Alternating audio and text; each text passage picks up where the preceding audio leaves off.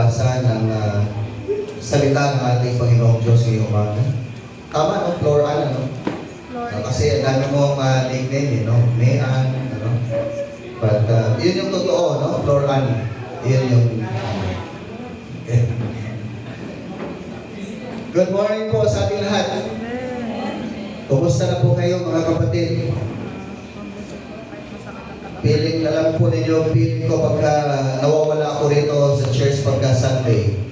Parang ang tagal kong, parang ang tagal natin hindi nagkikita.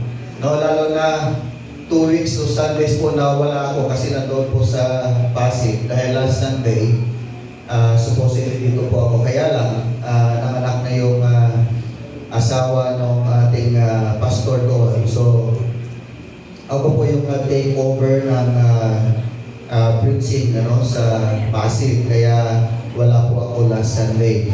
Kaya miss ko na po ang Sunrise Church. Amen.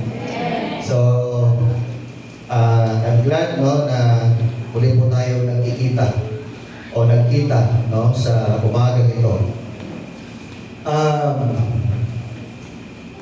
Sa buwan po na ito ay atin pong alalahanin yung kamatayan, pagkabuhay ng ating Panginoong Jesus. And on April 14 hanggang yung Holy Week, ano bang araw ipetsa yung Holy Week? 14, 15, 16? Tama? Okay. Okay, no? So, yun, ano? So, this month of April ay atin pong tatalakayin ito pong wala po sa pagdakip kay Jesus. Sa susunod po na Sunday is yung death ni Jesus, and then third Sunday will be the resurrection of Jesus. And bigla kong naisip, no, na kung pwede or possible na sa third Sunday sa araw po ng pagkabuhay ay mag-worship po tayo ng Easter Sunday. Yun po maaga. So if possible, no, pag-uusapan po namin ito ng mga leaders kasi hindi namin ito nasama noong kami po ay nag-planning.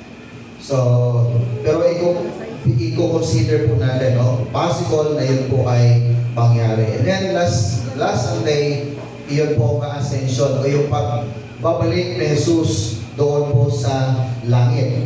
At ngayong umaga, katulad po ng sinabi ko kanina, atin pong balikan, ito pong pangyayari noong panahon na ang Panginoong Jesus ay dinakip, litisin, parusahan ng kamatayan, at yung muling pagbuhay at yung pag-akyat niya sa langit. At titignan po natin muli kung ano-ano po ang mga mensahe ng ating Panginoong Jesus sa bawat isa sa atin na maaari po nating matutunan at may sa buhay po natin sa ating po pang-araw-araw. At dito po sa binasa po natin sa Lucas chapter 22, kung atin po yung babasahin from verse 1, ay makikita po natin dito yung ito po yung chapter na ito is talk about the preparation noon pong those po sa pangyayari kay Jesus. At dito po ay yun po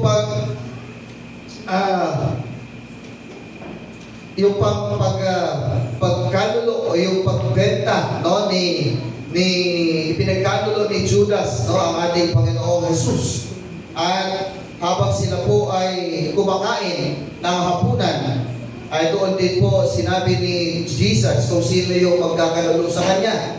Sinabi niya rin po kay Peter, no, na 3 beses siyang idininahay. No? 3 beses siyang itatanggi. Ano yung binasa kanina? Yung binasa kanina, itanggi. Ano yung term na ginamit doon sa itakwil? Hindi. Itatwa. No? Itatatwa ni Pedro. Okay? 3 beses. At pagkatapos po noon ay pumunta sila doon sa Gethsemane upang sila po ay manalangin kasama ng kanyang mga alagad. At doon po ay ipinagkanulo si Jesus ni Judas at dinakip siya at dinala po doon sa templo na kung saan ay naroroon ang pinakapunong pari. At dito po sa pagdakip kay Jesus, ang mga tagasunod, ang kanyang mga tagasunod ay nagkanya-kanya.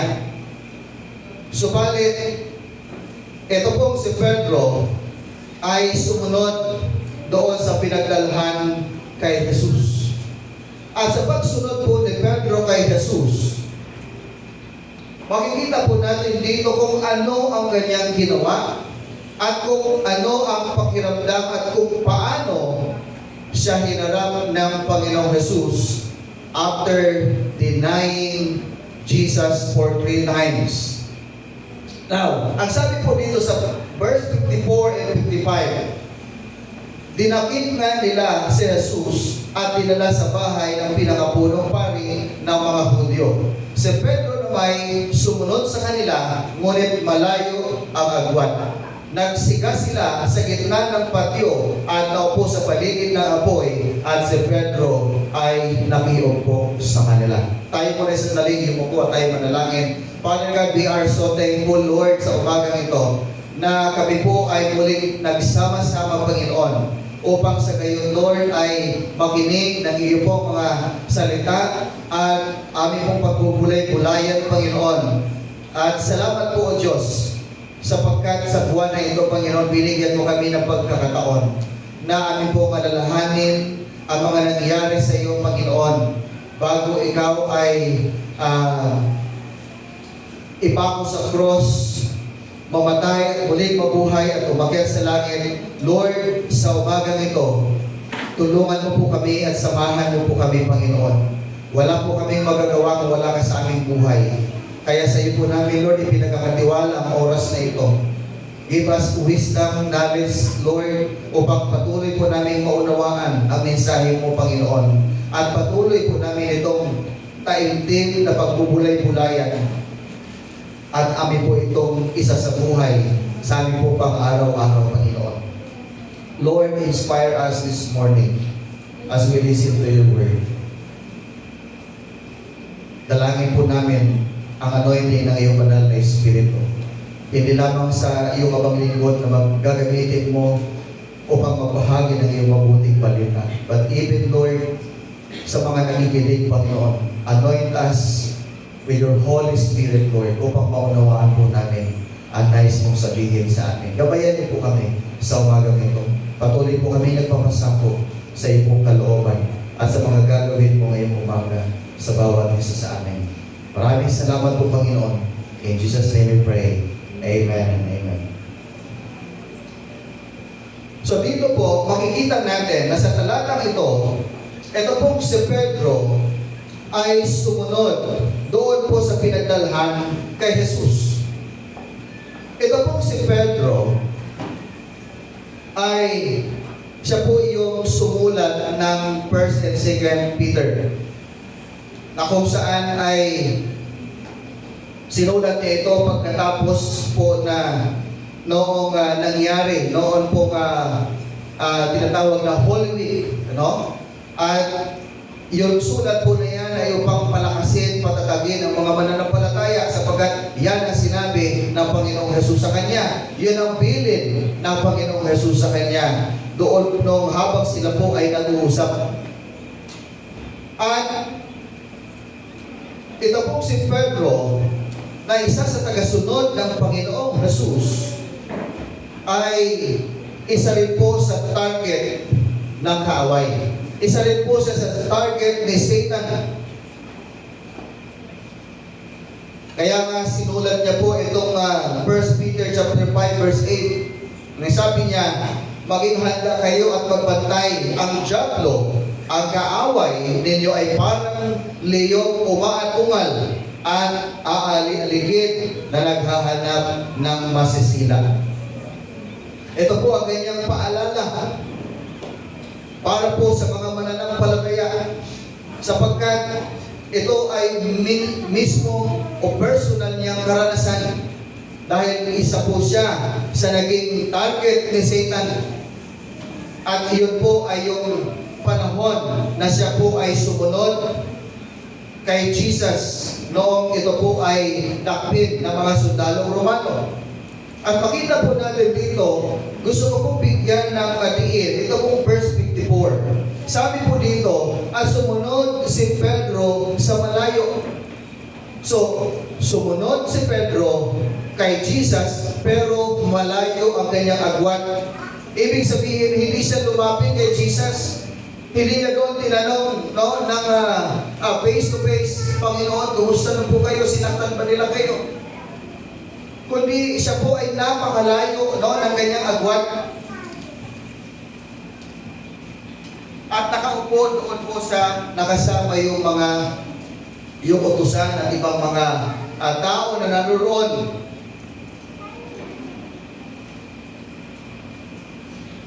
Ano nga po ba ang ibig sabihin nito? Nung si Pedro ay sumunod sa kanila o kay Jesus, ngunit malayo ang kanyang agwat.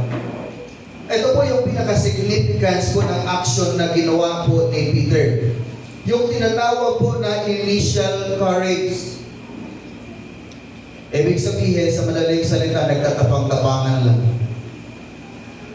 Pinapakita lamang niya na malakas, matatag siya, matapang siya, pero hindi pala. Ano? Pinakita niya yung initial courage. Peter's willingness to follow Jesus, kahit siya po ay nasa napakalayo, at ito po ay nagpapakita ng kanya pong initial loyalty. Initial loyalty and commitment to Jesus. Ano po bang ibig sabihin ng initial loyalty and initial commitment? Meron bang ganon? Yes. Yan po yung sinasabing hindi totoo or kulang na ating po pinapakita yung pagiging tapat at yung ating commitment sa ating Panginoong Jesus. Sumunod siya kay Jesus, but kulang pa, hindi pa ganap. Gusto niya sanang ipakita kay Jesus na loyal siya. Yung kanyang commitment na sinabi niya, Panginoon, sasama ako sa iyo kahit ikaw ikulong. O kahit sa ikaw ay hanggang sa kamatayan mo, sasama ako sa iyo. But, nung nandoon na po siya, sumunod siya kay Jesus, sa kinaroroonan ni Jesus, pero nagpakalayo-layo siya. Hindi siya talagang lumapit. At yun pong tawag po doon ay initial loyalty or initial commitment. Pwede mong ipakita na tapat ka pero kulang. May kulang. Pwede mong sundin yung commitment mo sa Panginoon pero kulang. Hindi pa gano'n.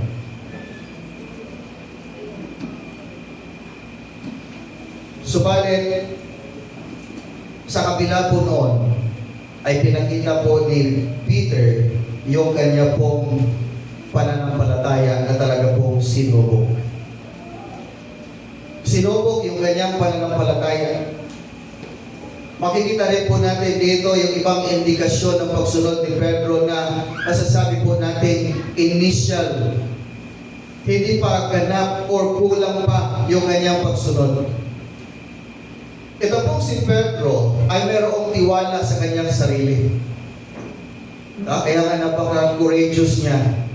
Malakas ang loob, matapang, at may tiwala rin po siya sa opinion ng iba.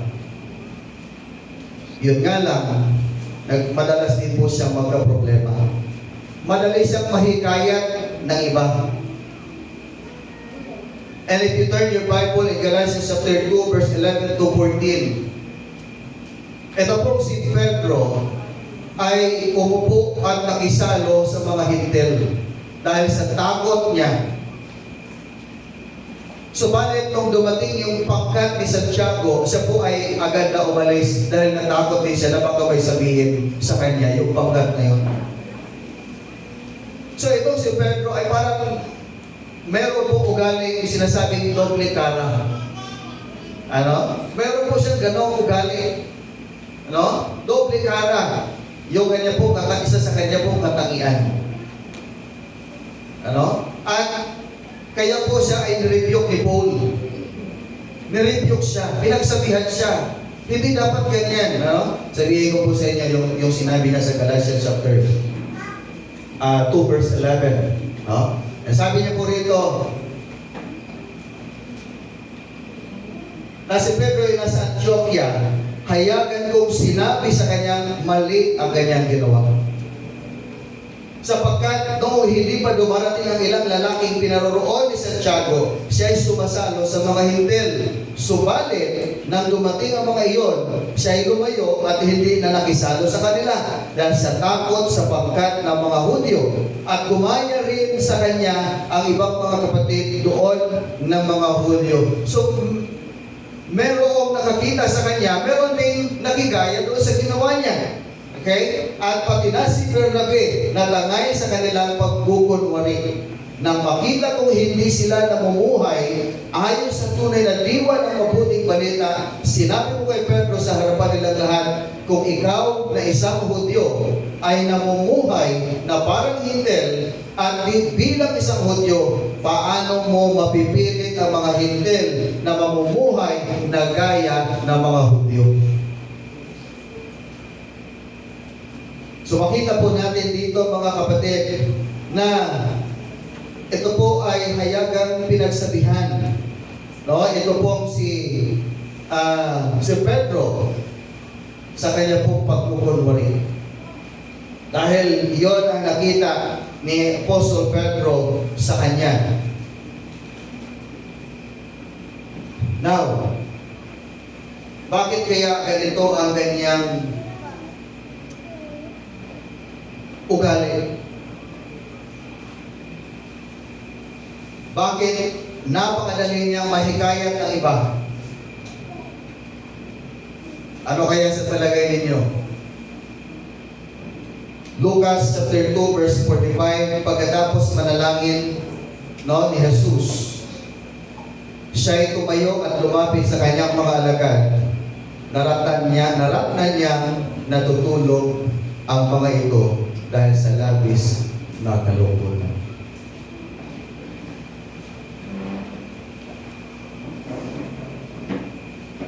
Sa madaling salita, kaya madaling mahikayat itong si Pedro ay dahil may kulang sa kanya. Ano ang kulang sa kanya? Kasama ng kanyang mga alagad. Prayer. Panalangin. In this scenario, how many times na binalik-balikan ni Jesus yung mga alagad niya nung siya po ay nananalangin dahil sa bigat ng kanyang kalooban. 3 beses niyang binalik-balikan ang kanyang mga alagad at sinabi niya, manalangin naman kayo kahit 1 oras lang. Nakiusap na mismo ang Panginoong Jesus, manalangin kayo kahit 1 oras lang. Ibig sabihin, bigyan nyo ng puwag sa puso ninyo, bigyan nyo ng puwag ng oras sa buhay ninyo ang pananalangin, ang makipagniig, makipag-usap sa Diyos. Ang sabi niya ron, upang hindi kayo madaig ng tukso.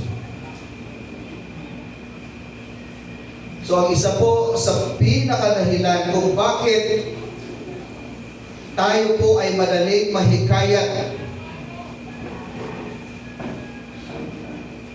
sa mga maling gawain o mahikayat po tayo sa sulsul ng sanlibutan ay dahil po sa kulang tayo sa panalangin.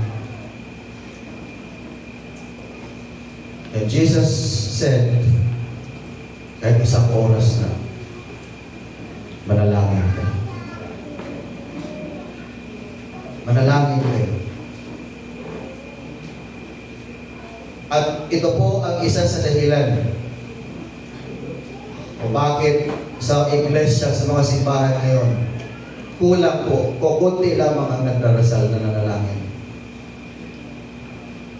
Sasabihin, Pastor, nag-pray naman ako sa bahay.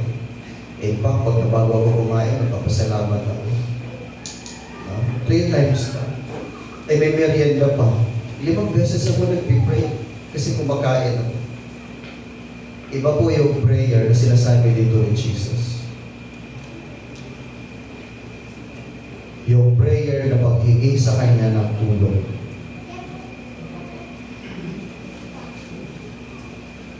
Dahil marami tayong limitasyon sa mundo ito. Marami din po tayong hindi kayang gawin. Kaya kailangan po natin manalangin. Amen? Kailangan natin humingi ng tulong sa Diyos. Amen po ba? Amen. Yun po ang isa sa dahilan kung bakit si Pedro ay manaling mahikayan at pakunwari ang kanyang pagsunod, ang kanyang pananampalataya dahil po sa may kulang sa kanya. Kaya tabigin mo nga yung katabi mo. Kapatid, mag-pray ka naman. Magdasal ka naman. Manalangin ka naman. Ano? Sabihin mo pa, kapatid, sa Wednesday, samahan mo ako. Ha? Hello? May don't match kayo. Ha? Don't match kayo. Sa susunod na Wednesday. Sa ipata kami lahat. O nga, no? Sayang yung momentum. Sabi na iba si yes, added ako ngayong Wednesday. Mag-pray na ako para yung pagsunod ko kay Lord, hindi initial. Tapos sasabihin, wala palang prayer meeting. Hindi kasi yung ating pong praise and worship team ay pupunta po sa... sila ba? Pupunta po sa Infanta kasi meron pong banding. Don't match. Ano? But, Malay mo, gusto nila pumunta ng ipata. pwede po kayong pumunta rito para manalangin. Hindi po maging hadlang kung wala si pastor, wala yung mga church leaders para hindi kayo pumunta sa simbahan at manalangin. Amen? Ang iglesia simbahan po natin ay bukas. Bukas po ito.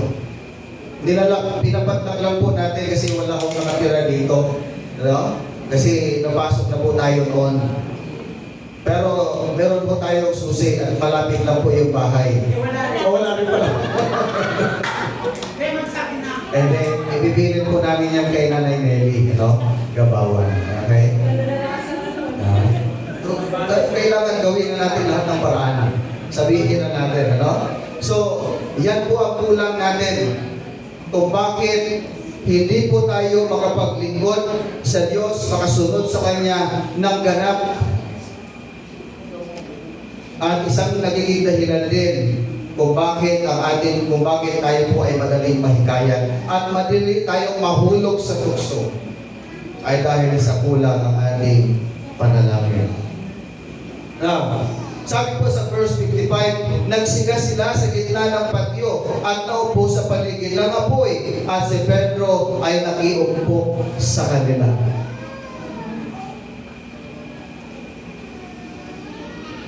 Bakit ganon ang ginawa ni Pedro? Ano ang pumasok sa kanyang isipan? Ito po ay sa kanyang inaakala na meron siyang pakinabang. Okay? Mayroong pakinabang. Ibig sabihin, mayroon siyang tinatawag na self-preservation para hindi siya mapahamak. Dahil ang takot niya na baka mamaya isama siya roon sa kinaroroonan ni Jesus at kasama siya sa hagupitin at parurusahan ng kamatayan. So, makikita po natin dito na sa kanyang pagiging malayo mula kay Jesus ay maaaring hindi siya makilala bilang alagad ni Jesus. At baka makatakas siya mula sa pag-uusig. At ito po yung sinasabi po natin na yung magiging influence ni Satan sa buhay po natin, sa buhay ng mga tagasunod ni Kristo. Mayroon po mga tagasunod si Jesus na kung saan ay mas priority yung tinatawag po na self-preservation and worldly worldly comfort over following Jesus.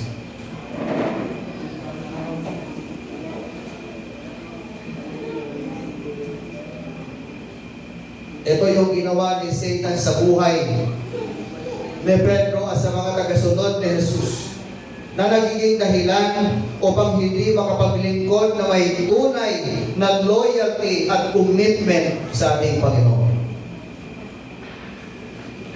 Because of the self-preservation, we prioritize self-preservation, we prioritize worldly comfort para maging maginhawa yung buhay natin.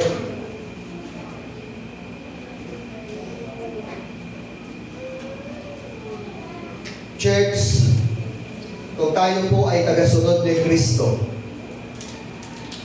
kabilang din po tayo sa maaaring atakihin ng kaaway.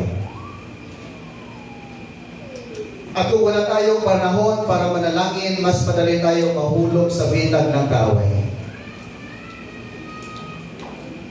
At kung hindi natin ipakilala si Kristo sa iba, o kung ayaw natin makilala ng ibang tao na tayo tagasunod ni Kristo, we are denying Jesus. We are denying Jesus. And that's what Peter did. Peter denied of Jesus. Denial of Jesus.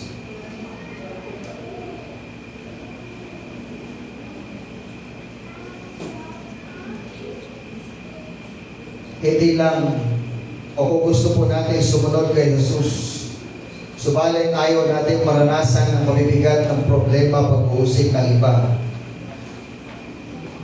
Maaaring hindi po tayo handa sa isang tunay na commitment. Hindi lang maayos, maganda o komportable buhay ang hangat natin. Kundi nakahanda rin tayo dapat sa mga posibilidad ng kahirapan dahil sa ating pagsunod sa ating Panginoon. Amen?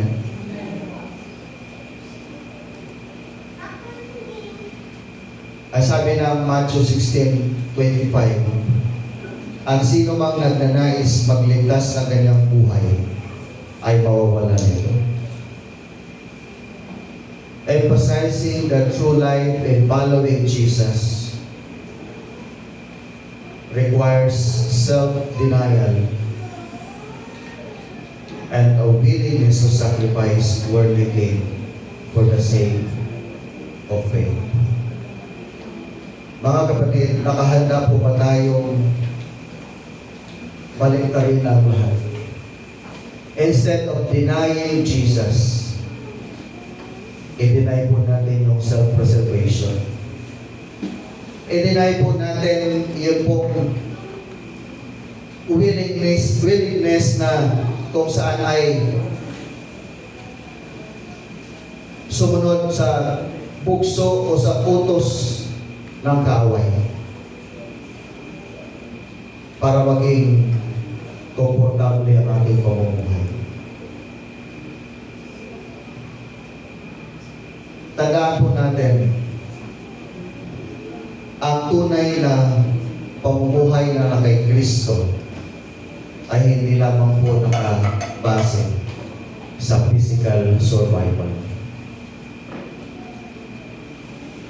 Subalit, ang buhay po na kay Kristo ay isang buhay na mayroong layunin, may meaning, may eternal connection with God, at na-achieve po natin yung nais natin dahil po sa ating tunay na pagsunod sa ating Panginoong Jesus. And there's a reward. Bibigyan tayo ni Lord ng reward kung mapagtagumpayan po natin.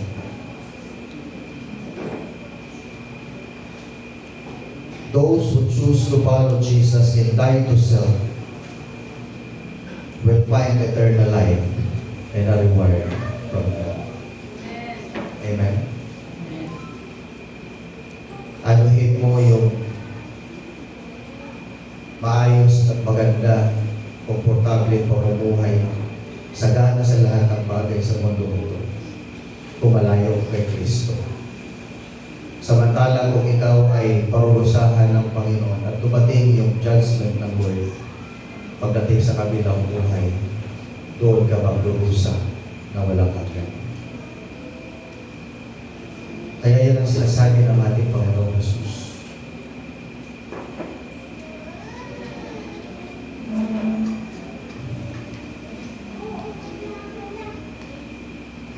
Huwag po natin naisip lamang na maligtas ang ating buhay dito sa lupa. Kundi ang naisip po natin ay kaligtasan dito sa lupa at kaligtasan din sa kabilang buhay sa langit. Amen? Amen. Yan ang dahilan kung bakit ang Panginoong Jesus ay namatay sa krus para sa atin. Dahil ibinigay niya ang kanyang sariling buhay para sa atin lahat. Nagsakripisyo siya, naghirap siya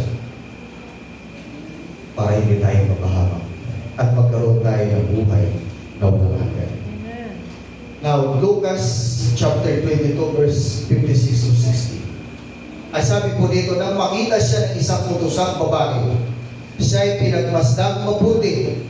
Pagkatapos ay sinabi ng babae, kasama rin ni Jesus ang tao ito. Ngunit ikinaila iyon ni Pedro. Sabi niya, aba, hindi ko nga iyan kilala. No, sabi ni Peter, at pagkaraan ng ilang sandali, mayroon uling nakapansin sa kanya at siya'y tinanong, hindi ba't kasamahan ka rin nila? Ngunit, kasamahan ka rin. Sumagot siya, nagkakamali kayo, Ginoo. Pagkalipas ng isang oras, iginiit naman ng isa na naroon, kasama nga ni Jesus ang tao ito, sapagkat isa rin siya taga Galilea. Ngunit sumagot si Pedro. Sabi niya, Ginoo, hindi ko nalalaman ang sinasabi ninyo. Nagsasalita pa siya na biglang may tumilaok na manok. Mula noong si Jesus po ay dinakip at siya po ay dinala doon sa Sanhedrin at litisin, ay si Jesus po ang naging sentro ng usap-usapan. Ano? Parang nangyayari sa panahon ngayon, although napakalaki po ng pagkakaiba. Okay? Yung ating dating presidente na dinakip at dinala doon sa ibang bansa, no? Ngayon, hindi po ba ito yung nagiging sentro ng mga usapin ngayon? Kahit saan ka magpunta, kahit saang sulok kanto na pupunta, yun ang usapan. Kahit sa social media, lalo na. No? Yun ang usapan. Yun ang issue. So, the same thing, na nung si Jesus po ay dinakip at nilitis, siya yung sentro ng karamihan, ng talakayan ng karamihan. At dahil si Jesus ay kilala, nakasama rin ng mga tagasunod ni Jesus, ay kilala rin nila, no, yung mga alagad ng Panginoong Jesucristo. Tama po ba? No? Kilala nila. At ito pong yung karamihang tao po na naroon ay mas interesado po na pag-usapan yun pong buhay ng Panginoong Jesus. Subalit, noong yung babae at mga lalaki na nagtanong kay Jesus, kay Peter, hindi ba't kasama ka nila? At 3 beses niyang sinabi, hindi po. Hindi ko nga yan sila, hindi ko nga yan siya kilala. Sa madaling salita,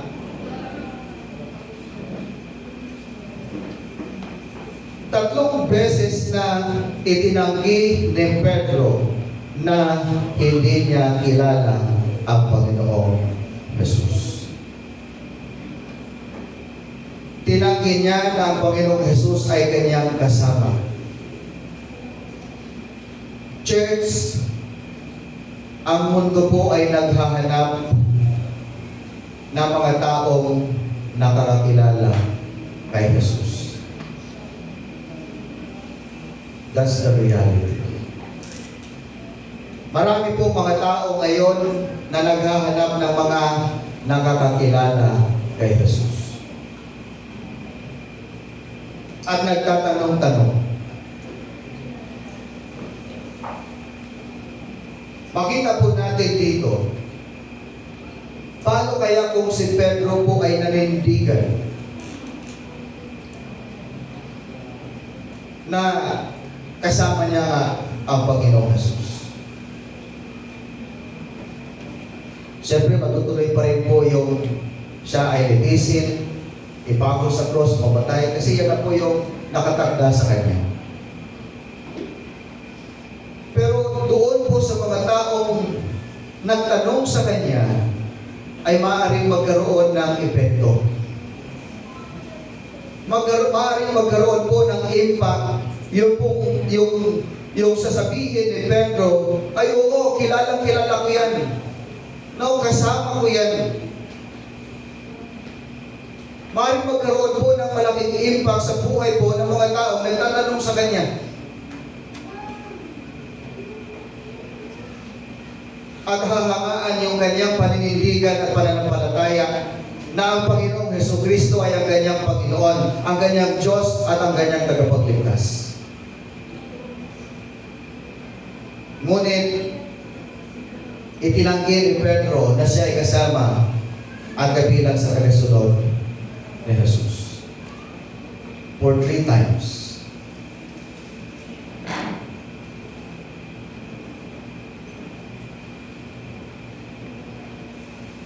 Sa buhay po natin, bilang isang mananampalataya, bilang isang tagasunod, masasabi ba natin na mayroong impact ang ating buhay sa iba?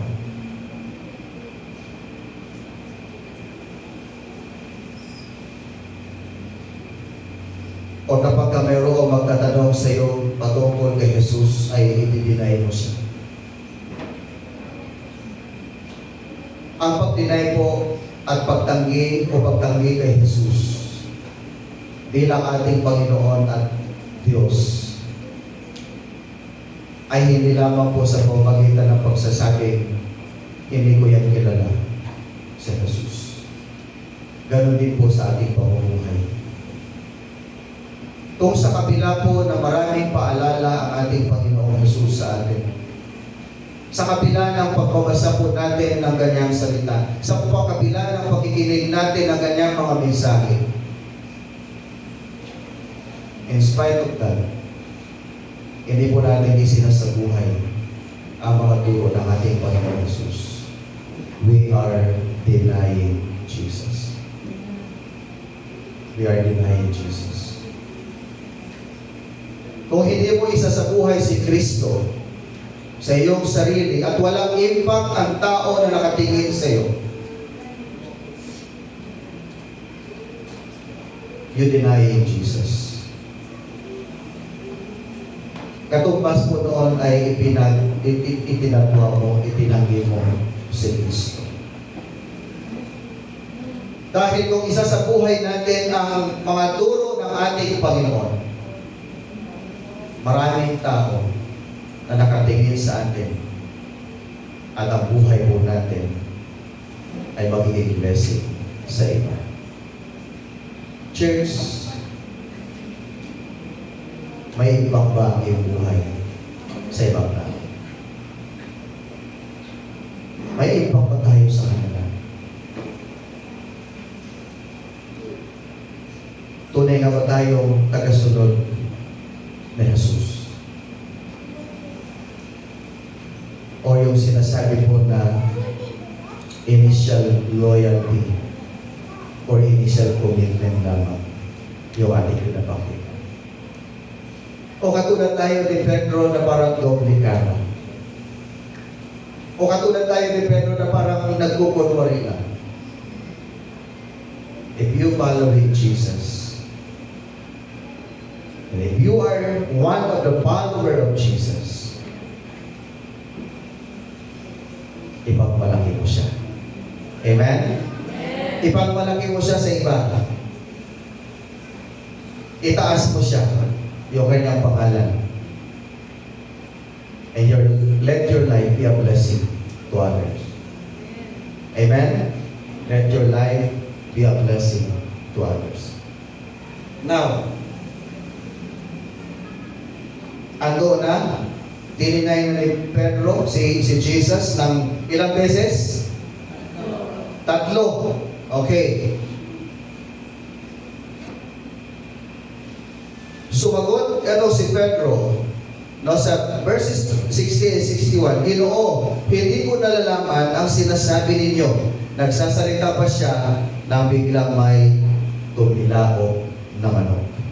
Lumingon ang Panginoon at tumingin kay Pedro.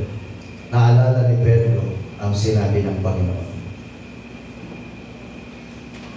Na bago tumilaok ang manok sa araw na ito, ay 3 beses mo ako ikakailan.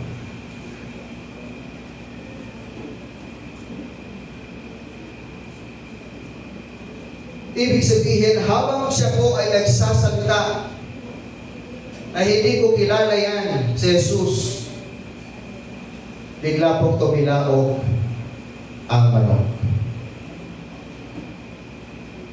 Ang tilaok po ng manok ay sumasabay doon po sa hula ng Panginoon. Ang tilaok po ng manok ay sumasabay po sa langit.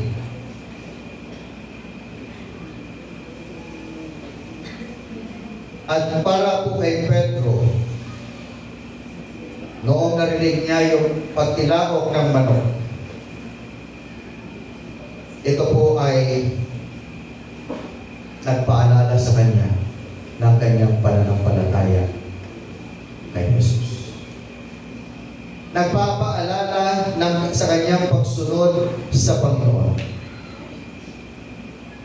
Kaya, ano po ang sabi rito sa sumunod na talata? Lumingon ang Panginoon at tumingin kay Pedro. Tumingin si Jesus kay Pedro nang itanggi niya siya. Tumingin si Jesus kay Pedro nang tumilaw ang manok.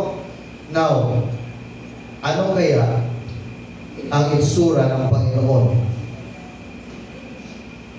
noong siya po ay tumingin kay Pedro? Noong siya ay 3 beses na itinanggi. Nagalit pa si Jesus? Sinisi niya ba si Jesus? Kinundi na niya ba? Sinabi niya na ba, kala ko ba handa kang magpakamatay para sa akin? Sinumbatan ba niya? Sinumbatan ba ni Jesus si Pedro? Hindi. Ang pagtingin po ni Jesus kay Peter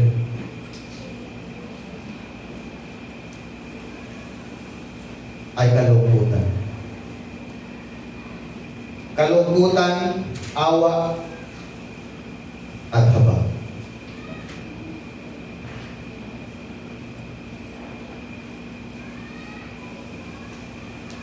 Si Pedro po ay lumabas na nangis ng buong saklap at may pagsisisi. Meron siyang pagsisisi. So, hindi man nagtagumpay ang Panginoon kay Pedro doon po sa senaryo na yun. And in fact, 3 beses siyang dininay. At akala ni Pedro ay yun na yung katapusan niya. Pero, mali ang kanyang iniisip. Dahil nung pagtingin niya rin kay Jesus, ano doon yung kanyang marubdob na pagsisisi. Bukal sa kanyang kalooban. Ang kanyang pag-iyak ay tanda ng taimtim na pagsisisi sa kanyang ginawa, sa kanyang sinabi.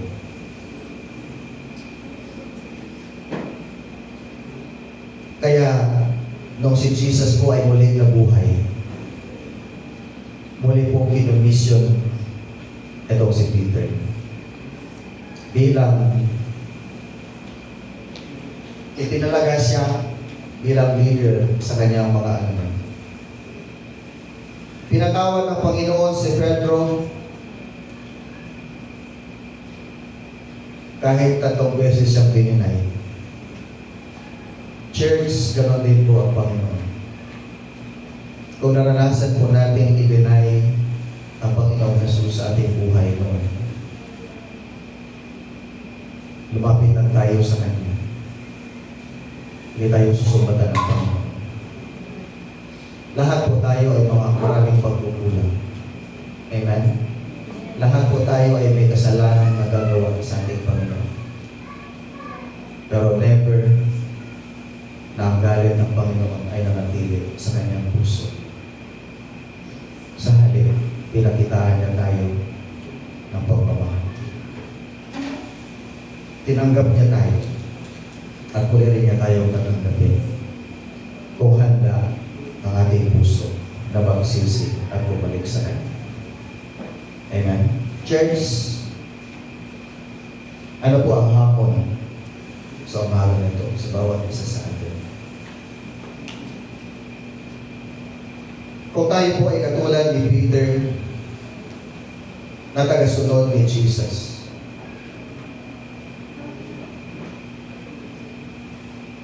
na kung saan ay sumunod pero hindi paganap ang ating commitment at yung loyalty sa kay Jesus. This is the right time.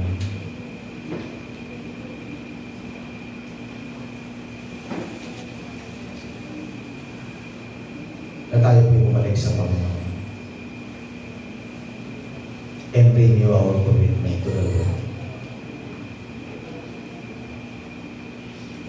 Kung nawala man yan dahil sa self-preservation, gusto mo magkaroon ng komportable pamumuhay, pinagpalit mo sa Jesus. This is the right time na bumalik sa Kanya. Kung dininay mo man si Jesus sa pamamagitan ng hindi mo pagsasabuhay ng Kanyang mga salita, hindi pagbabahagi ni Christ, hindi pagbabahagi sa iba patungkol kay Jesus. Kung hindi ka man naging blessing sa iba, this is the right time. Come to Jesus. At nakahanda siya na ikaw ay tulungan. Palakasin, pagpalain, para maging pagpapala sa iba. Ay po isang galing mo po at ay po yung namin. Lord, sa umagang ito, kami po ay nagpapasalamat sa iyong mga salita na nagpapaalala sa amin, na nagpapaalala sa amin, Panginoon, na minsan na namin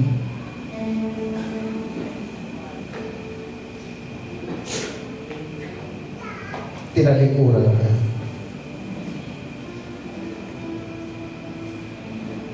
Minsan ka namin nakalimutan. Sumusunod kami sa iyo pero napakalayo ng aming puso. Hindi namin ginagawa kung ano ang iniutos mo sa amin.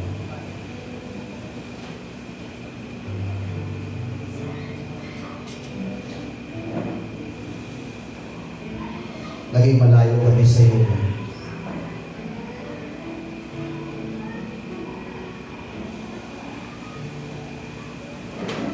Patawarin mo po kami. Patawarin mo po kami sa aming mga pagkukulang. Yung sinabi mo sa amin na manalangin dahil kami kahit isang oras lang, isang hindi kami dito magkakaroon.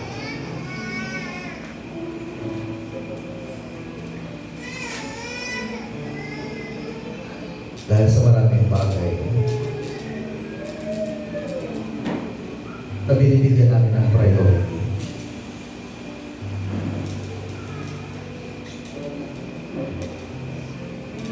Patawarin mo po kami sa ganong aspeto ng pagkukulang.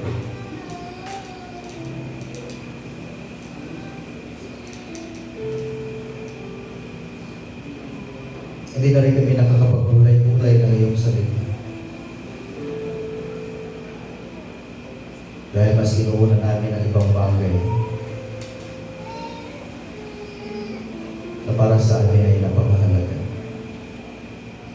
at binibigyan ng atensyon. Hanggang sa nakakalimutan ka na namin, Panginoon.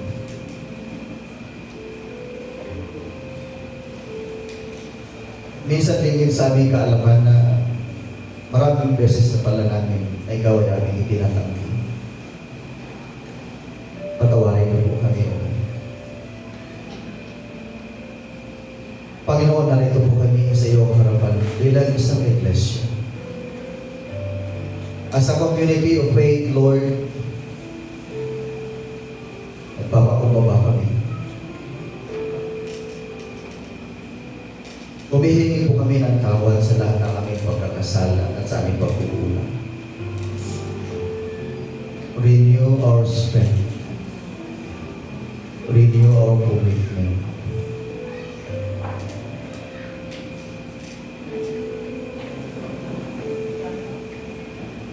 At maging ganap na kami ay totoong susunod sa iyo, Panginoon. Walang anumang takot, walang anumang pangamba. Dahil naniniwala kami na kung malalagpasan po namin ang lahat ng aming mga paghihirap at mga sakripisyo, meron kang reward sa bawat isa sa amin. Meron kang reward sa bawat tapat ng mga anak na sumusunod sa iyo ng may katapatan at ginagawa kung ano ang aming commitment sa iyo.